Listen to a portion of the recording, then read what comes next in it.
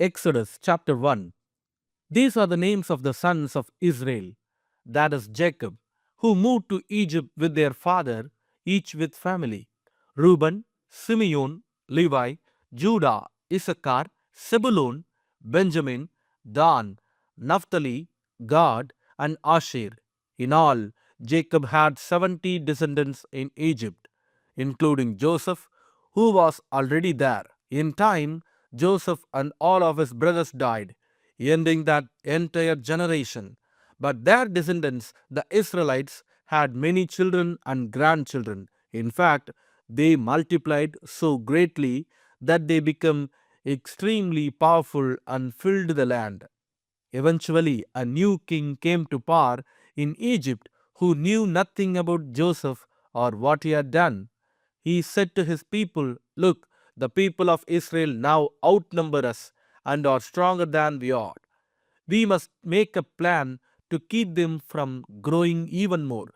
If we don't, and if war breaks out, they will join our enemies and fight against us. Then they will escape from the country." So the Egyptians made the Israelites their slaves. They appointed brutal slave drivers over them, hoping to wear them down with crushing labor.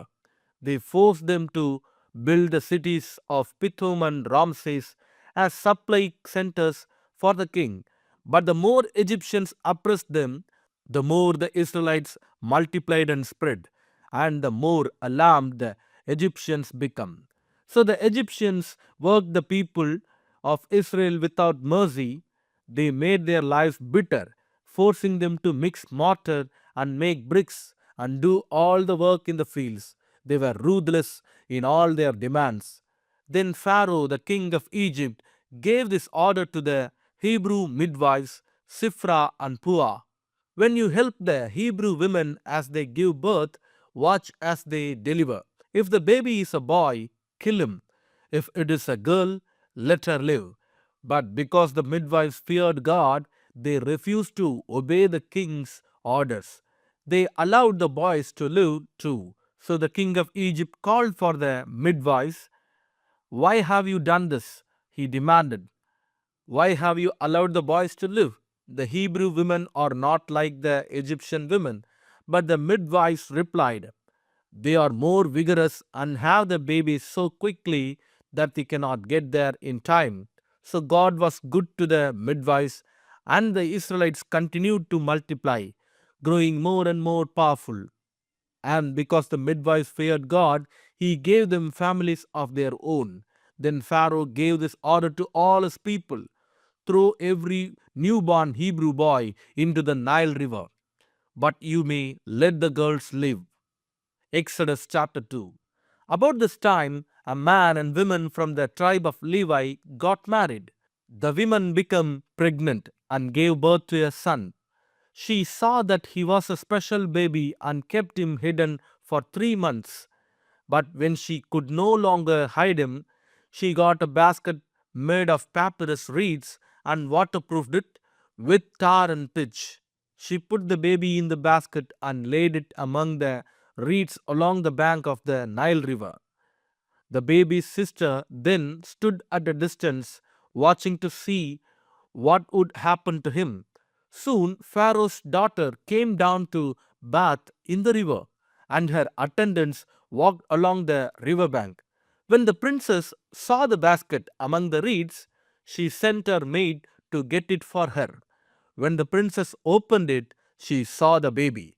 The little boy was crying, and she felt sorry for him. "This must be one of the Hebrew children," she said. Then the baby's sister approached the princess. "Should I go and find one of the Hebrew women to nurse the baby for you?" she asked. "Yes, do," the princess replied. So the girl went and called the baby's mother. "Take this baby and nurse him for me," the princess told the baby's mother. "I will pay you for your help." So the woman took her baby home and nursed him. Later, when the boy was older, his mother brought him back to Pharaoh's daughter, who adopted him as her own son. The princess named him Moses, for she explained, "I lifted him out of the water." Many years later, when Moses had grown up, he went out to visit his own people, the Hebrews, and he saw how hard they were forced to work. During his visit, he saw an Egyptian beating one of his fellow Hebrews. After looking in all directions to make sure no one was watching, Moses killed the Egyptian and hid the body in the sand. The next day, when Moses went out to visit his people again, he saw two Hebrew men fighting. "Why are you beating up your friend?" Moses said to the one who had started the fight. The man replied, "Who appointed you to be our prince and judge? Are you going to kill me as you killed the Egyptian yesterday?" Then Moses was afraid, thinking, "Everyone knows what I did." And sure enough, Pharaoh heard what had happened, and he tried to kill Moses. But Moses fled from Pharaoh and went to live in the land of Midian. When Moses arrived in Midian, he sat down beside a well. Now the priest of Midian had 7 daughters who came as usual to draw water and fill the water troughs for their father's flock. But some other shepherds came and chased them away. So Moses jumped up and rescued the girls from the shepherds. Then he drew water for their flocks. When the girls returned to Reuel, their father, he asked, "Why are you back so soon today?" "An Egyptian rescued us from the shepherds," they answered. "And then he drew water for us and watered our flocks." "Then where is he?" their father asked. "Why did you leave him there? Invite him to come and eat with us." Moses accepted the invitation and he settled there with them. In time, Reuel gave Moses his daughter Zipporah to be his wife. Later, she gave birth to a son, and Moses named him Gershom, for he explained, "I have been a foreigner in a foreign land years past." And the king of Egypt died, but the Israelites continued to groan under their burden of slavery. They cried out for help, and their cry rose up to God. God heard their groaning, and he remembered his covenant promise to Abraham, Isaac, and Jacob. He looked down on the people of Israel and knew it was time to act. Exodus chapter 3. One day, Moses was tending the flock of his father in law, Jethro, the priest of Midian. He led the flock far into the wilderness and came to Sinai, the mountain of God. There, the angel of the Lord appeared to him in a blazing fire from the middle of a bush. Moses started in amazement. Though the bush was engulfed in flames, it didn't burn up. "This is amazing," Moses said to himself. "Why isn't that bush burning up? I must go see it." When the Lord saw Moses coming to take a closer look, God called to him from the middle of the bush, "Moses, Moses." "Here I am," Moses replied. "Do not come any closer." The Lord warned, "Take off your sandals, for you are standing on holy ground. I am the God of your father, the God of Abraham, the God of Isaac, and the God of Jacob." When Moses heard this, he covered his face because he was afraid to look at God. Then the Lord told him, "I have certainly seen the oppression of my people in Egypt. I have heard their cries of distress because of their harsh slave drivers. Yes, I am aware of their suffering. So I have come down to rescue them from the power of Egyptians and lead them out of Egypt into their own fertile and spacious land. It is a land flowing with milk and honey, the land where the Canaanites, Hittites, Amorites, Perizzites, Hivites, and Jebusites now live. Look, the cry of the people of Israel has reached me, and I have seen how harshly the Egyptians abuse them. Now go, for I am sending you to Pharaoh. You must lead my people Israel out of Egypt." But Moses protested to God, "Who am I to appear before Pharaoh? Who am I to lead the people of Israel out of Egypt?" God answered, "I will be with you, and this is your sign that I am the one who has sent you. When you have brought the people out of Egypt, you will worship God at this very mountain."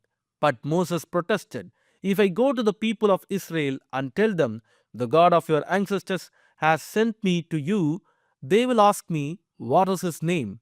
Then what should I tell them? God replied to Moses, I am who I am. Say this to the people of Israel, I am has sent me to you. God also said to Moses, say this to the people of Israel, Yahweh, the God of your ancestors, the God of Abraham, the God of Isaac, and the God of Jacob has sent me to you. This is my eternal name, my name to remember for all your generations. Now go and call together all the elders of Israel. Tell them, Yahweh, the God of your ancestors, the God of Abraham, Isaac, and Jacob, has appeared to me. He told me, I have been watching closely, and I see how the Egyptians are treating you. I have promised to rescue from your oppression in Egypt. I will lead you to a land flowing with milk and honey, the land where the Canaanites, Hittites, Amorites, Perizzites, Hivites, and Jebusites now live. The elders of Israel will accept your message. Then you and the elders must go to the king of Egypt and tell him, the Lord, the God of the Hebrews, has met with us. So please let us take a 3-day journey into the wilderness to offer sacrifices to the Lord our God. But I know that the king of Egypt will not let you go unless a mighty hand forces him. So I will raise my hand and strike the Egyptians, performing all kinds of miracles among them. Then at last he will let you go, and I will cause the Egyptians to look favorably on you. They will give you gifts when you go, so you will not leave empty handed. Every Israelite woman will ask for articles of silver and gold and fine clothing from her Egyptian neighbors and from the foreign women in their houses. You will dress your sons and daughters with these, stripping the Egyptians of their wealth. Exodus chapter 4. But Moses protested again. What if they won't believe me or listen to me? What if they say, the Lord never appeared to you? Then the Lord asked him, what is that in your hand? A shepherd's staff. Moses replied, throw it down on the ground. The Lord told him. So Moses threw down the staff, and it turned into a snake. Moses jumped back. Then the Lord told him, reach out and grab its tail. So Moses reached out and grabbed it, and it turned back into a shepherd's staff in his hand. Perform the sign, the Lord told him. Then they will believe that the Lord, the God of their ancestors, the God of Abraham, the God of Isaac, the God of Jacob, really has appeared to you. Then the Lord said to Moses, now put your hand inside your cloak. So Moses put his hand inside his cloak, and when he took it out again, his hands was white as snow with a severe skin disease. Now put your hand back into your cloak, the Lord said. So Moses put his hand back in, and when he took it out again, it was as healthy as the rest of his body. The Lord said to Moses, if they do not believe you and are convinced by the first miraculous sign, they will be convinced by the second sign. And if they don't believe you or listen to you, even after these two signs, then take some water from the Nile River and pour it out on the dry ground. When you do, the water from the Nile will turn to blood on the ground. But Moses pleaded with the Lord, O Lord, I am not very good with words. I never have been, and am not now. Even though you have spoken to me, I get tongue tied, and my words get tangled. Then the Lord asked Moses, who makes a person's mouth? Who decides whether people speak or do not speak? Hear or do not hear? See or do not see? Is it not I, the Lord? Now go, I will be with you as you speak, and I will instruct you in what to say. But Moses again pleaded, Lord, please send anyone else. Then the Lord became angry with Moses. All right, he said, what about your brother, Aaron the Levite? I know he speaks well. And look, he is on his way to meet you now.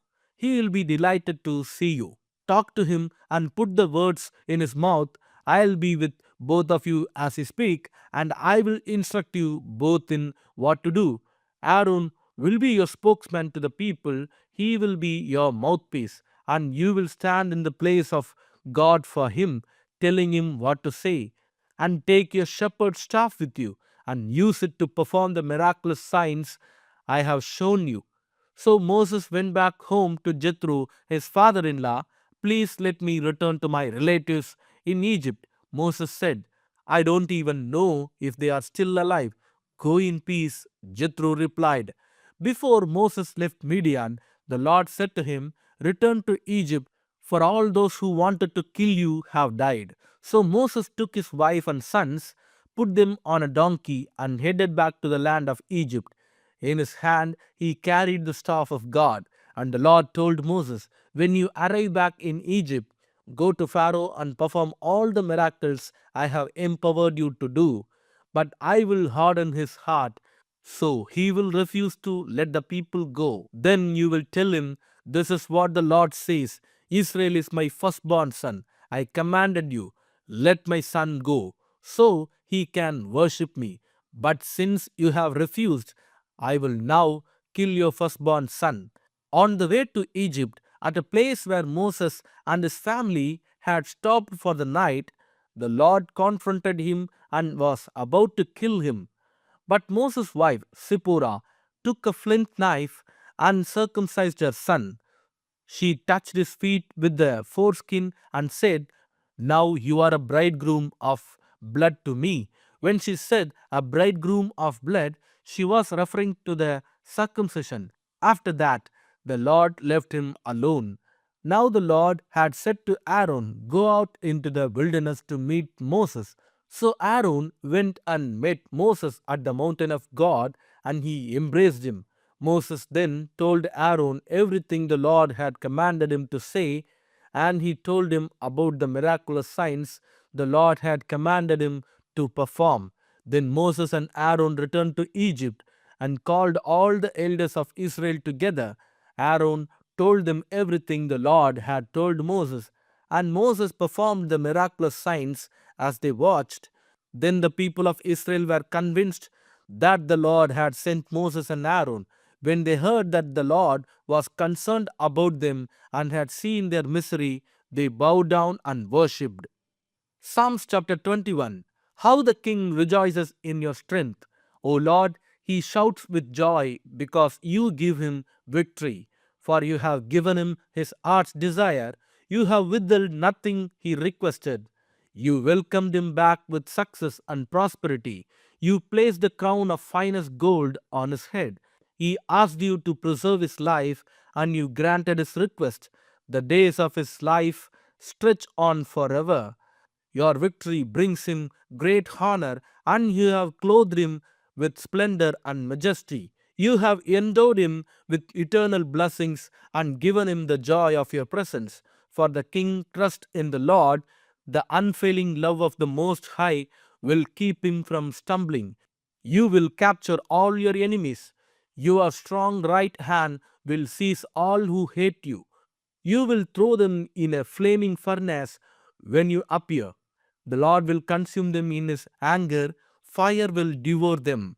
You will wipe their children from the face of the earth. They will never have descendants. Although they plot against you, their evil schemes will never succeed. For they will turn and run when they see your arrows aimed at them. Rise up, O Lord, in all your power.